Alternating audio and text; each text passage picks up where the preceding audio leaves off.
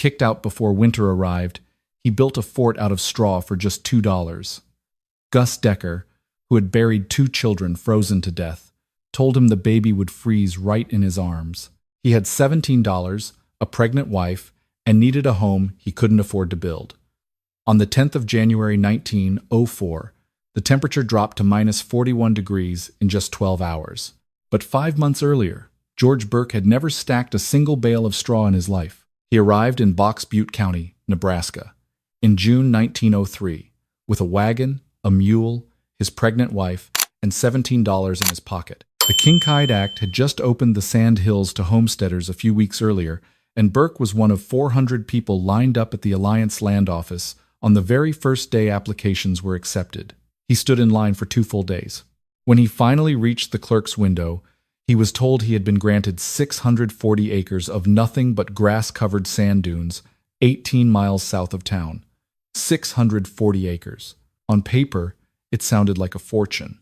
In reality, Burke owned 18 miles of wind-scoured emptiness, no trees, no well, no shelter, and no neighbors close enough to hear a cry for help. His wife, Martha, was 7 months pregnant. The baby would arrive in August. Winter would come in November. That gave Burke 5 months to build a house, dig a well, turn enough sod to prove up the claim, and stockpile enough fuel to keep his family alive until spring.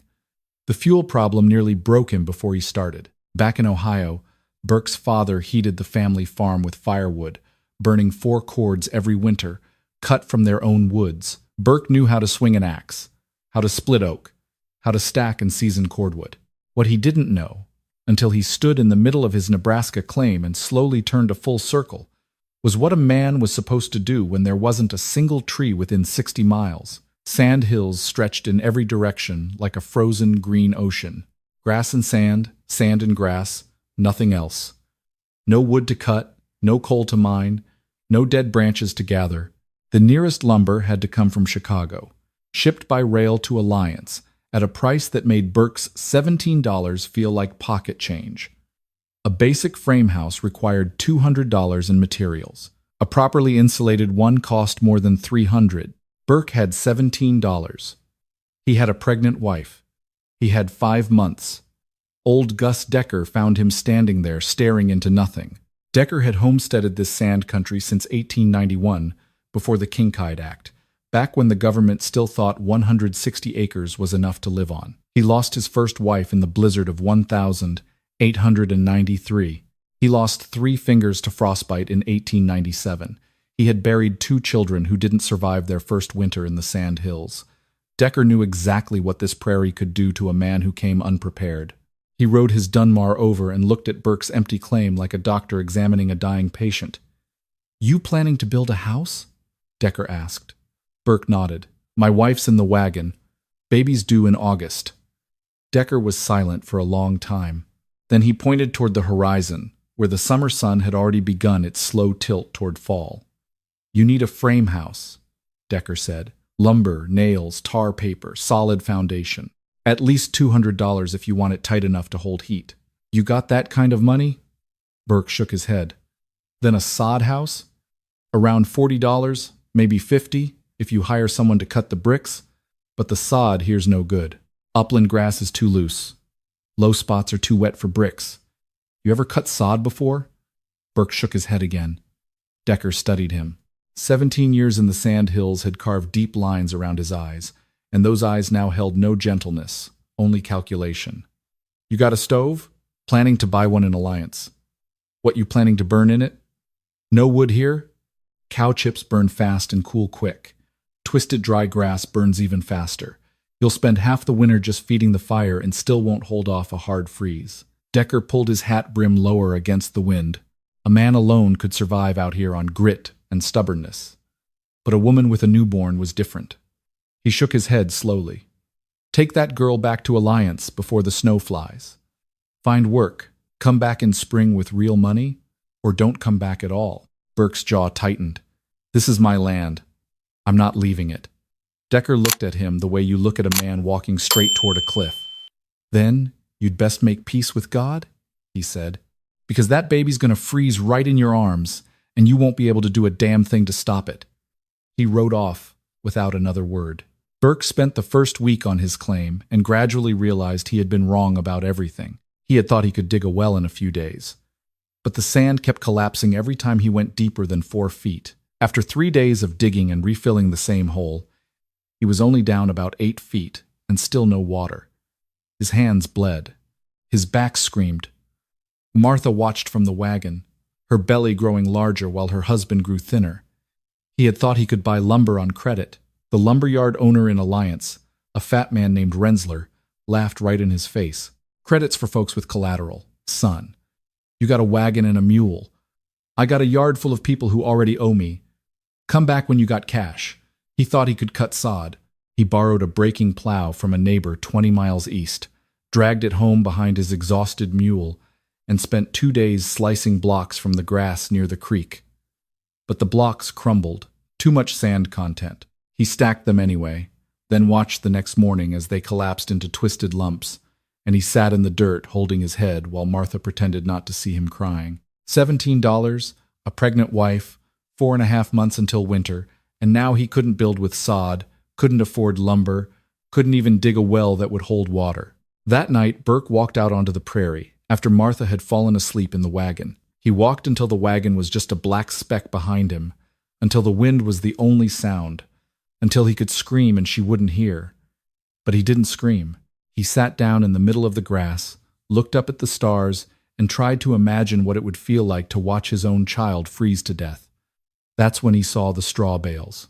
They were stacked near the creek bed, maybe 200 of them, abandoned and left to weather. Some rancher must have baled prairie hay the previous fall and never come back for it. The bales had changed color now, silver white on top from the sun, dark underneath from moisture. They smelled of old, failed hay. Burke had seen baled straw his whole life. His father had used a horse-powered baler to press Timothy hay for sale, but he had never thought a bale of straw could be anything other than livestock feed. Now, sitting in the dark as despair stripped away everything he had once believed, Burke looked at those bales differently.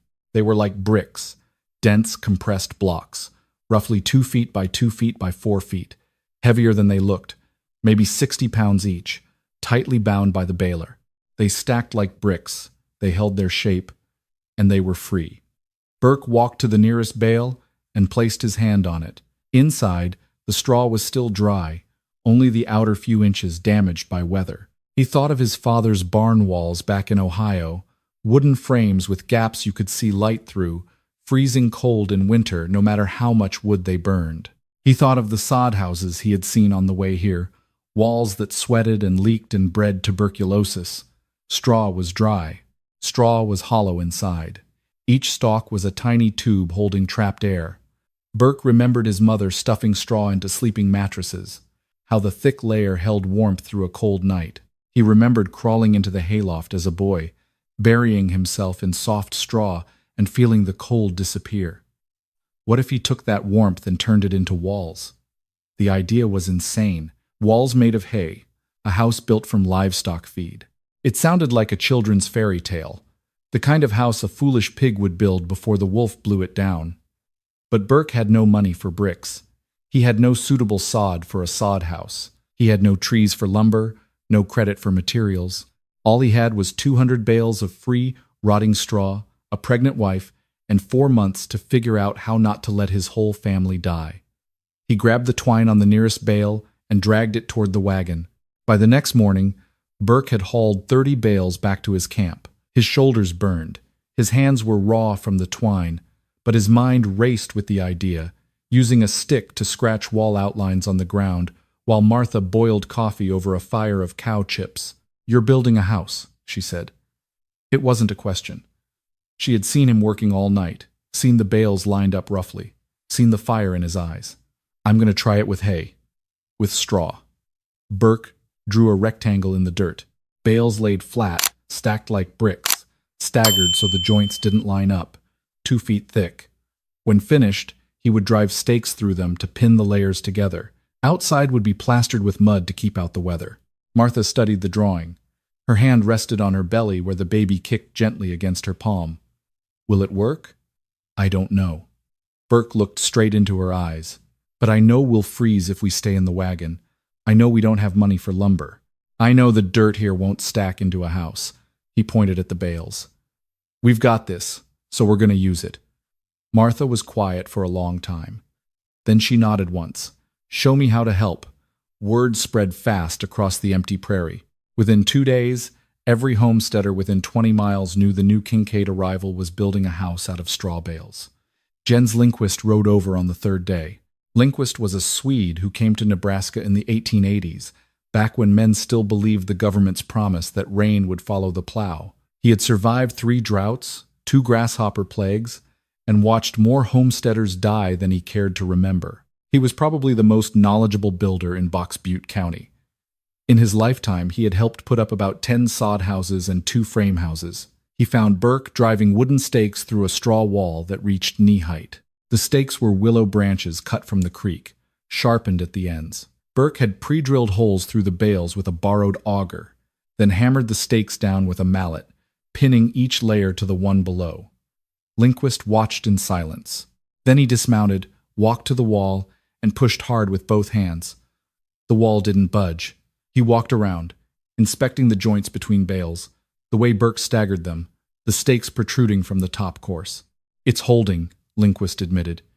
"It'll be stronger once I get the roof plates on and plaster the outside," Burke said. He didn't stop working. 4.5 months had become 4 months. He couldn't stop. Lindquist squatted to examine the bales. "You know straw rots when it gets wet. That's why I'm plastering it. Mud cracks. Water gets in. Then I'll patch the cracks." Burke drove another stake. "Every house needs maintenance. Sod houses grow mushrooms in the walls. Frame houses let wind whistle through. Nothing's perfect." Lindquist stood, brushed dust from his knees. "I've seen plenty of folks try crazy ideas out here. Dugout houses collapse. Milled lumber houses fall apart in spring rains. Frame houses so loose the wind blows the fire out."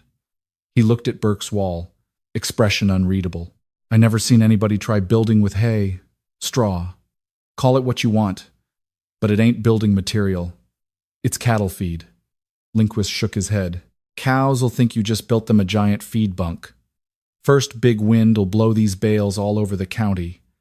And when winter comes—" Burke paused, then continued, "When winter comes, I'll be in there with my wife and baby, and we'll know if it works or not." Lindquist was quiet for a moment. Then he reached into his saddlebag and pulled out a small cloth bundle. "My wife sent this," he said. "Pickled beets. She heard your wife's expecting." Burke stopped hammering. He looked at the bundle, then at Lindquist. "Tell her I said thank you." Lindquist mounted up. "I hope it works, Burke. I mean that. But when the baby comes and you realize this house won't hold heat, bring them to my place. We got room. Nobody needs to die just for pride." He rode off, and Burke watched him go. Then he turned back to the wall and drove another stake. August arrived with brutal heat, and the baby came then too. Martha labored for 14 hours. Burke paced outside the unfinished house, while old Mrs. Decker, Gus's second wife, a quiet woman who never mentioned replacing his first, delivered his son behind the wagon. The baby was small but strong. They named him William after Burke's father. Burke held his son for the first time as the sun set over the Sand Hills dunes, and silently made a promise he wasn't sure he could keep. The new walls stood 3 feet high. Window frames had been cut, but the roof wasn't up yet.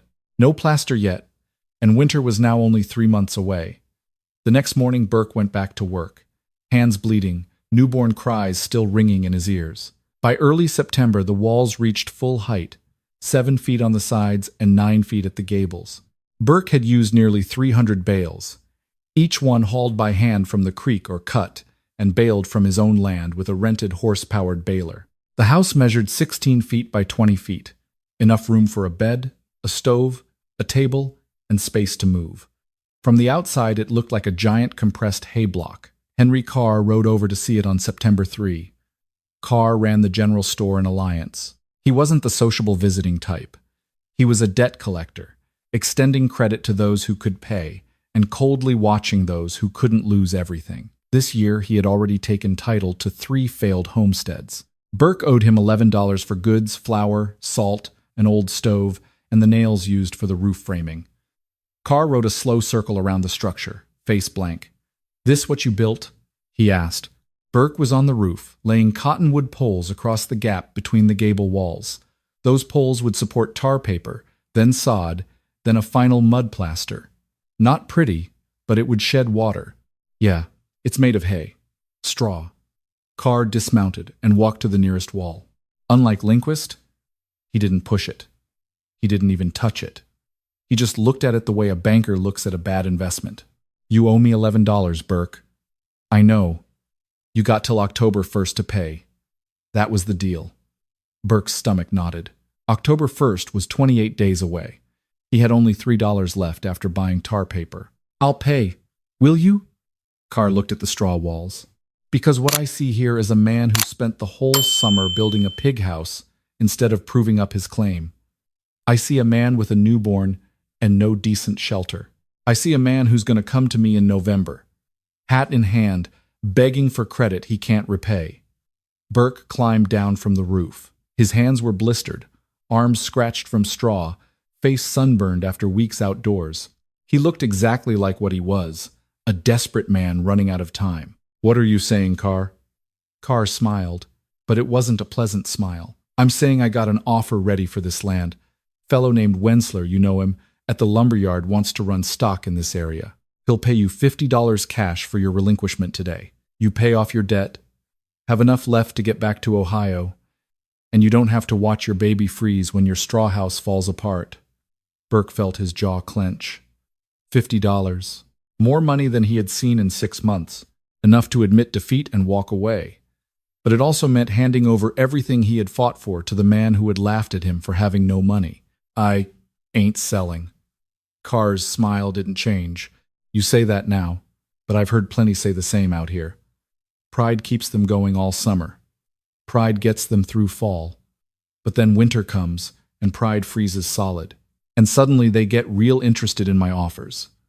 He mounted up. "I'll be back in November, Burke. We'll see how you feel then."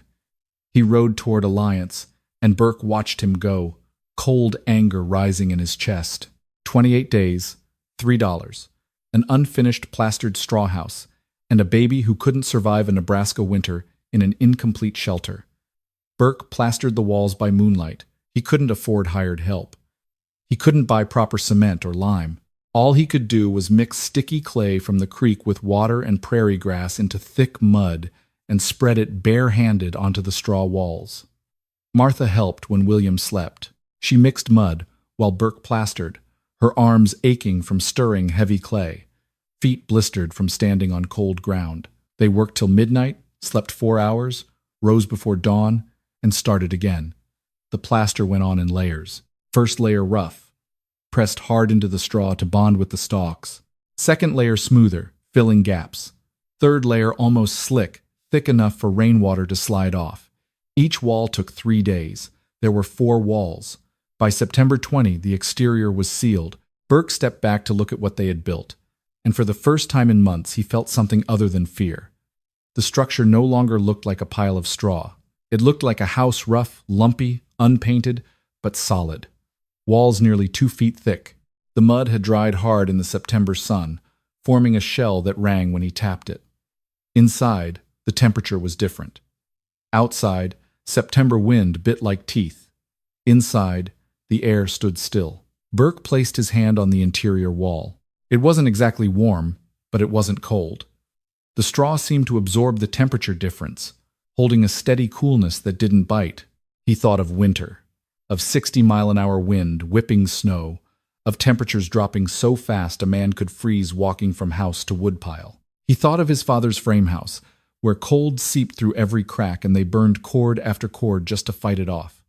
These walls had no cracks. These walls were 2 feet of trapped air, each hollow straw a tiny barrier against the cold. It might work. It had to work, because October 1st was only 11 days away, and Burke still didn't know how he would pay Henry Carr. Help came from a woman who had every reason to hate him. Mrs. Decker, Gus's second wife, the one who had delivered William, drove her wagon onto the claim on September 26 with a load of dried cow chips and an offer. "My husband says your house is foolish," she said. He says you'll freeze. Your wife'll freeze. That baby'll freeze. And there's no way around it. Burke waited. He knew there was more. I think my husband's been wrong before. Mrs. Decker stepped down from the wagon. She was a small woman, face etched with prairie years, eyes that had seen things she never spoke of. He was wrong about me. Wrong that I could survive here after what happened to his first family. Wrong about a lot. She pointed to the wagon, to the high-piled fuel in back. That's 3 months' worth of dry chips. Plenty to keep a small stove going all winter if you're careful. She paused. I'm not giving it to you. I don't do charity. But I'll trade. Burke's heart pounded. For what? Your mule. He's old, but still sound. My pulling horse threw a shoe last week. Hoofs ruined. He won't make it through winter. She looked straight into his eyes. Give me the mule. You get fuel. Burke thought of his mule. Come spring, he would need it to plow. Need it to haul water, haul wood if there ever was wood, haul the wagon if they had to go anywhere. But spring was far away, and without fuel there would be no spring at all. Deal. Mrs. Decker nodded once. They unloaded the chips together, stacking them against the east wall of the house to keep dry. When finished, Burke handed over the mule's lead. And Mrs. Decker climbed back onto the wagon. Anyway, she said, I hope you prove him wrong. I hope you prove all of them wrong. Then she drove off, leading his mule behind, and Burke turned back to face the house. Fuel enough to survive, walls thick enough to hold warmth, a wife and child depending on him. October 1st was 5 days away. He still owed Henry Carr $11. He still had 3, but the house was finished. Burke sold the wagon. He found a buyer in Alliance, a newer arrival, even greener than he had been, someone with money but no sense, who paid $15 for a $20 rig. Burke walked the 18 miles home with cash in his pocket and boots worn nearly through. On October 1st, he paid Carr as promised. Carr took the coins without a word, counted them twice, then wrote a receipt on a scrap of paper. Paid in full, he said, for now. But come January, you'll need more stuff. Salt, flour, maybe medicine. And I don't extend credit to folks living in haystacks. Burke tucked the paper into his pocket. I'll figure it out. Will you? Carr's eyes were ice. You got no wagon, no mule, no money. From here to your claim is 18 miles, and by January that's 18 miles of killing cold.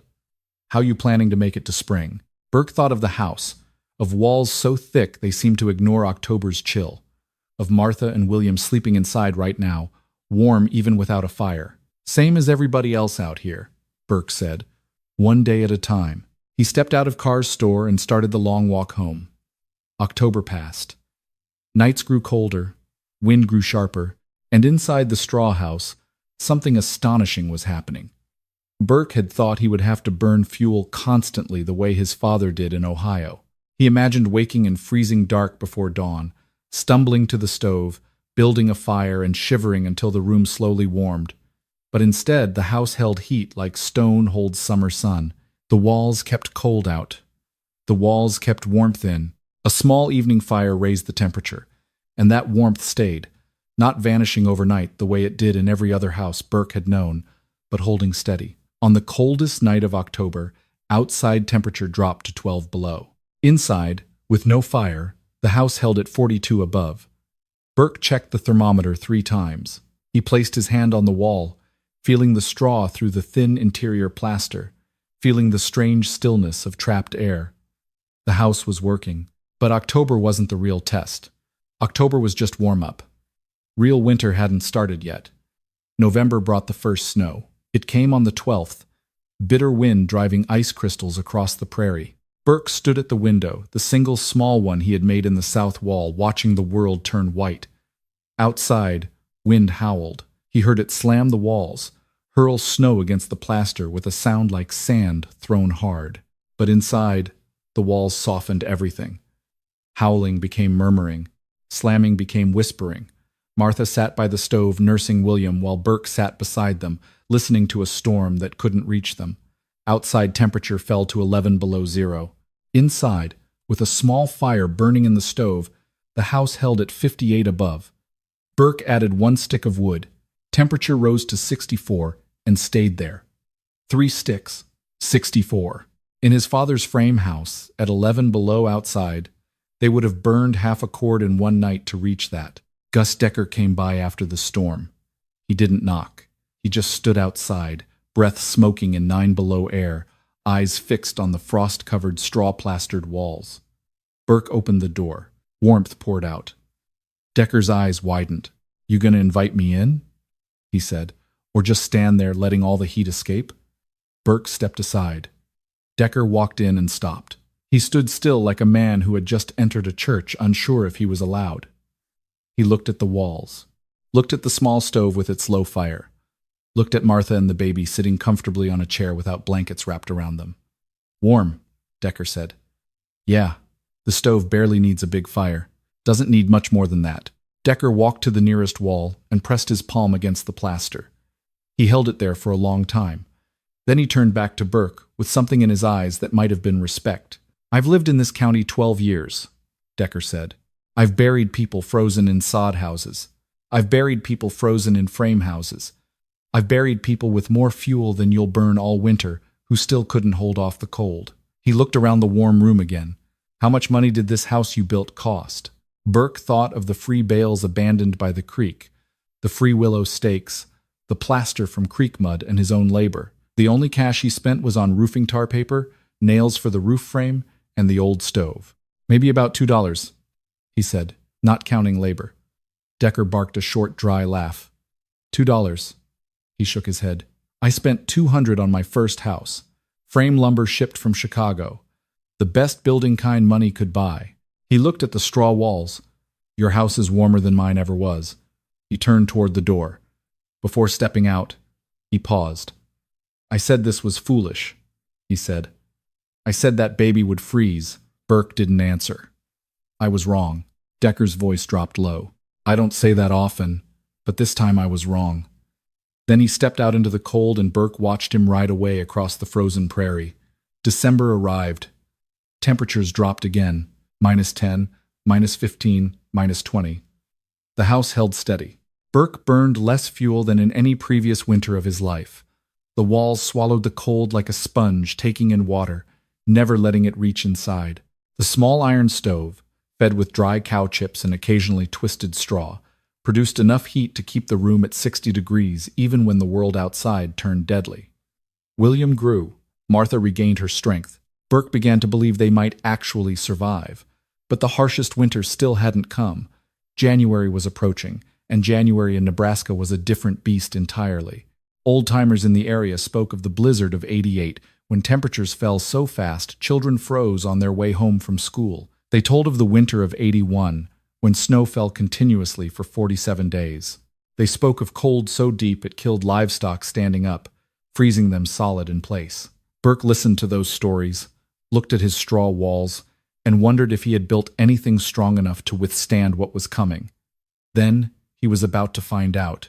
On the 9th of January 1904, the sky turned iron gray. The barometer began to fall, and somewhere to the north an Arctic air mass started pouring south at 30 miles an hour, carrying cold enough to test every structure on the Nebraska plains. Burke had no idea that at this hour tomorrow he would know exactly what his house could do. The storm hit on that 10th of January 1904, and it came like a living thing. Burke had seen blizzards before. He had seen heavy, fast snow, seen wind pile drifts along fences, seen the whole world turn white and silent. But he had never seen anything like the howling from the north that morning. Temperature at dawn was 18 above, cold but bearable. The sky was a flat, heavy gray without feature. By 9 o'clock, that gray darkened into something like a bruise on skin. The barometer in Burke's house, a small brass instrument he had bought second-hand, had fallen to its lowest reading yet. By 10 o'clock the wind rose. It didn't build gradually. It slammed in all at once, a moving wall of air hitting the straw house like a physical blow. Burke felt the impact through the floor. Martha clutched William close, eyes wide. Then the snow came. It wasn't falling snow. It was horizontal snow, driven by wind so hard it sounded like gravel thrown against the walls. The world outside the small south window vanished completely. Not blurred, not darkened, gone, replaced by a thick moving white that howled without end. Temperature began to plummet. 18 above at dawn, 12 above at 10, 4 above at 11. By noon, the thermometer Burke had mounted outside the door to monitor weather read -6 and still dropping. Burke fed more fuel into the stove. He didn't rush, didn't panic, didn't throw wood on like instinct urged. In the past 2 months, he had learned the house didn't need much. Just steady, regular fuel and patience. The rest was the wall's job. Inside, temperature held at 58. Outside, it fell to -14. Martha looked at the thermometer through the window, face paling. "George," she whispered. "George, it's still dropping." Burke nodded. He added one more dry chip to the stove. The fire crackled, then steadied. 58 inside, -16 outside. The walls held firm. A knock came at 2 in the afternoon. Burke almost didn't hear it over the wind. The storm was roaring now, a sound unlike anything human. A sound coming from every direction at once. But beneath it, very faint, was a rhythmic pounding on the door. Burke opened it. Gus Decker stood on the threshold, covered in ice. His face was white, not pale, but white as if blood had withdrawn from the skin to preserve the last warmth. Behind him, dim in the thick snow, his wife clutched a bundle tight. "Our house," Decker said. His voice strange, thin, and breaking. The wall collapsed. The north wall couldn't take the snow weight. He paused, swaying. Burke grabbed his arm and pulled him in. Mrs. Decker followed, staggering through the door. The bundle in her arms moved, and Burke realized with a start it was a child, a girl about 3, wrapped in every blanket the Deckers owned. "Fire's out," Mrs. Decker said, lips blue. "When the wall fell, the chimney came down too. We couldn't—" She stopped, looking around the room, eyes wide. This straw house is warm, not just survivable, really warm. The air inside felt like a summer evening compared to the frozen hell outside. The small stove glowed quietly in the corner. Martha had already stood, pulled a chair close to the stove, and taken the child from Mrs. Decker's trembling arms. "How long were you two out there?" Burke asked. "Half a mile," Decker said, voice steadying but hands still shaking. "Half a mile from our place to here. Took an hour. Couldn't see anything. After the first 100 yards, we couldn't feel our feet anymore." He looked at Burke with something Burke had never seen in him before. "If we hadn't found your house—" He let it hang. No need to finish. Burke looked at the thermometer outside the window. -22. And still dropping. The Deckers would have died. Just half a mile in this storm. Without shelter at the end of the road, they would have frozen solid before reaching town. But they hadn't reached town. They had reached the straw house. The mocked straw house. The pigsty everyone said would collapse sooner or later. And now it was saving their lives. The storm didn't let up. Through the afternoon, through the evening, through the long, endless frozen night, wind howled, snow lashed wildly, and temperature plunged to levels Burke hadn't thought possible. -30 at midnight, -34 at 3 in the morning, -38 when dawn broke. Inside the straw house, 7 people now sheltered together. The Deckers had arrived first. Then an hour later, a furious pounding announced Jens Lindquist, his wife, and 2 sons, all ice-covered and staggering. Lindquist's frame house, the one he had proudly built with expensive Chicago lumber, hadn't held against the cold. Cracks in the walls, invisible in fall, became highways for killing wind. The stove couldn't fight back. Temperature in their house fell to 20, then 15, then 10, and Lindquist decided to run here. "I remember what you said," Lindquist told Burke, voice hoarse. "When I doubted your walls, you said every house needs maintenance. You were right, but I didn't take good enough care of mine." He looked at the straw walls, at the plaster Burke had applied by hand. "I should have listened to you." Burke didn't answer. He was too busy calculating resources. 7 people, 1 small stove, a pile of dry cow chips once thought enough for 3 months for a family of 3. The math had changed. William got sick on the second night. It started with a cough. Burke heard it in the dark, a small, wet sound that wasn't normal. By morning, the cough was worse and the baby's forehead burned under Martha's hand. "Fever," she whispered. "George, he's got fever." Blood in Burke went cold in a way the storm couldn't manage. Infants died of fever. On this frontier, children died of nameless, untreatable illnesses. The nearest doctor was in Alliance, 18 miles across, killing cold that could take anyone who tried to cross. They couldn't go for help. They couldn't get medicine. All they could do was keep William warm and pray. Keep him warm. Burke looked at the stove, at the fuel pile shrinking faster than planned. 7 bodies made body heat. But 7 bodies also needed more heat, more comfort, more fuel to keep the air at a safe level for a sick baby. He fed the stove. He checked the walls. He pressed his hand to the plaster and felt the quiet solidity of the straw beneath. Hold, he thought. Just hold. Outside temperature hit -40. Inside, the house held at 54. Not as warm as before, because too many people, too many door openings, too much strain on the small stove. But 54 was still livable, still survivable. William coughed, cried, then drifted into fitful sleep in Martha's arms. Burke fed the stove, one dry chip at a time, steady and patient. The walls held firm. The third day dawned clear and silent. Burke woke to real silence, the first in 60 hours without wind. He went to the window and scraped frost from the inside glass. Outside, the world was white and still. Snow had drifted high against the north side, nearly to the roof. The sky was pale blue, glowing with cold. He checked the thermometer. -41. Inside the house had held 52 all night. The stove fire had burned down to coals. Burke's fuel pile was now half what it had been before the storm, but they were all still alive. He opened the door and stepped out. The cold hit like a physical weight pressing his chest, burning in his nostrils. He felt nose hairs freeze with each breath. The air seemed to crackle. Yet standing in that unimaginable cold, Burke still felt warmth at his back. The open door behind him was letting heat leak into the frozen morning. Heat the straw walls had held through 3 days of the worst storm in a decade. He looked at the house. Rough plaster cracked in places, but intact. Walls once mocked as cattle feed, as fairy tale, as a death sentence for his family. $2 in materials, 300 abandoned bales, his and his wife's labor, and one desperate gamble now proven in ways he was only beginning to understand. The straw house had stood. Gus Decker came out an hour later. He stood beside Burke in the biting cold, both shivering despite coats, and looked at the straw walls that had saved his life. "I've built on this prairie 12 years, Decker said, his voice low, missing the certainty Burke had heard back in June. "I thought I knew what worked and what didn't. I thought I knew what kept people alive." He turned to look straight at Burke. "I said that baby would freeze in your arms. I told you to make peace with God." He paused. "I was a damn fool." Burke said nothing.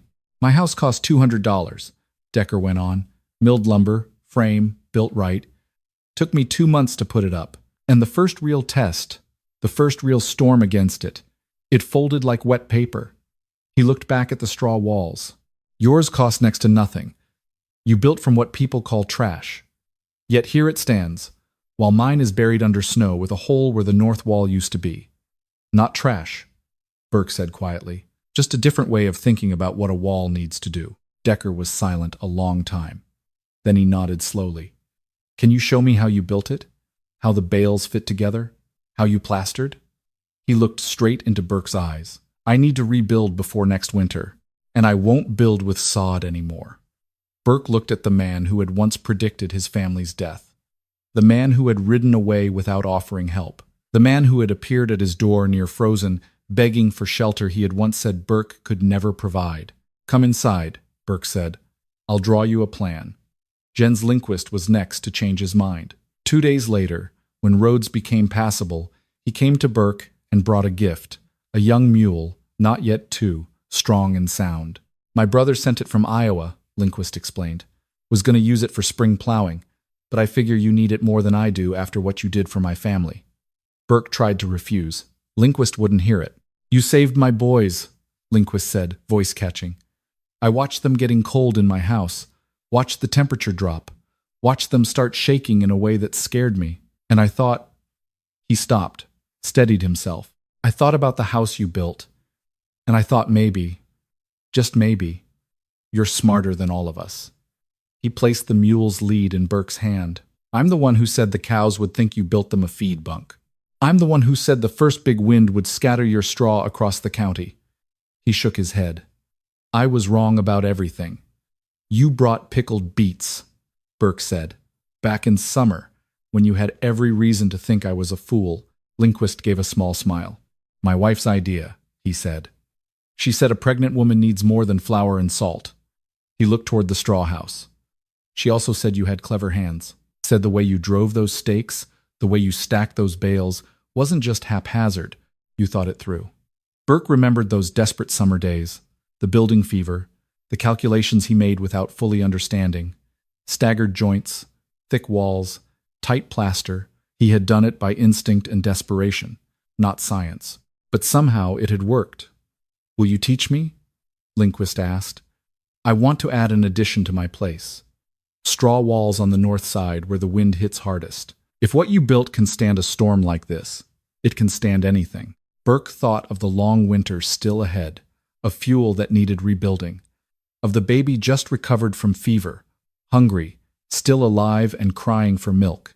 He thought of Henry Carr, who had hoped for his failure, of the land Wenzler wanted to buy, of the $50 that could have sent him crawling back to Ohio defeated. He thought of $2 in materials that had saved 11 lives.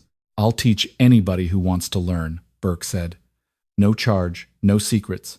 Just bring straw, and I'll show you what to do." Word spread slowly at first, then faster.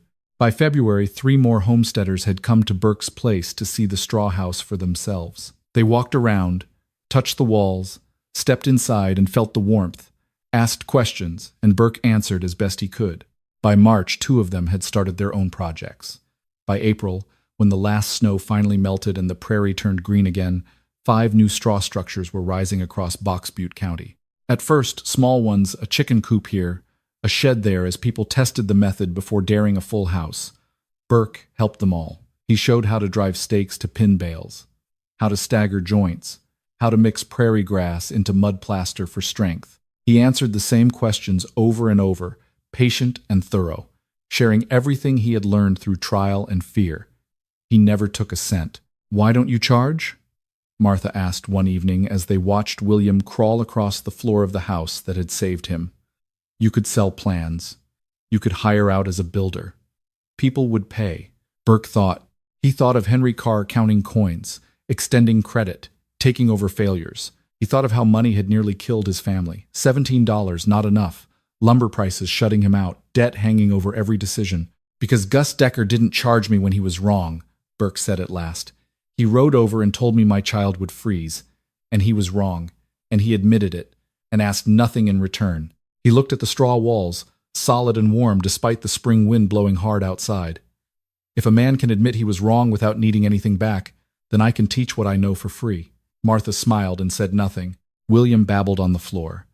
Healthy and growing day by day, surrounded by walls made from what had once been considered waste. Henry Carr never came back with another $50 offer. Burke saw him only once in late February when he walked into town for supplies. Carr stood in front of his general store, looking down the street, and his eyes stopped on Burke. Neither spoke. Carr's face was unreadable, not angry, not impressed, just calculating the way he always calculated. Burke wondered what math was running through the man's head. Lumber prices against straw, land value against reputation, profit and others' failure against loss when the fool turned out right. Burke gave a polite small nod and walked on. He never knew what Carr thought of the straw house that refused to collapse. He never asked. Some vindications don't need acknowledgement. Existing is enough. George Burke lived in that house for 53 years. He raised 4 children there, including William, the boy who survived fever and grew into a strong man. In 1909, he added a second room using the same straw bale method, expanding the house for his growing family. Every 3 years, he replastered the exterior, tending the walls with the same patience as that desperate first summer. Martha died in 1937, and Burke lived on alone, an old man in a house visitors sometimes thought was just an ordinary homestead until they touched the walls and felt their thickness, their solidity, their quiet. He died in 1956 at age 78. The house still stood. In 1994, a researcher named David Eisenberg inspected Burke's house and found the straw bales still sound as the day they were stacked. No rot, No crumbling, no compression collapse. It simply existed, dry and solid, waiting the way it had endured that January storm and every winter after. On the 10th of January 1904, temperature in Box Butte County dropped 41 degrees in less than 12 hours.